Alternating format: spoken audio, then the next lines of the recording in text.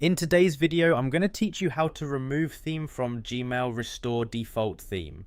Alright, so I'm starting here on my browser and I'm just going to go ahead and open up gmail.com.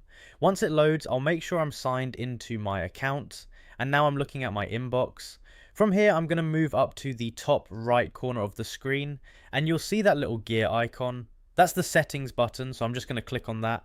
A small panel opens up with a few quick options. Now, instead of using those quick settings, I'm going to go ahead and click on see all settings so I can access everything. Once I click that, it takes me into the full settings page.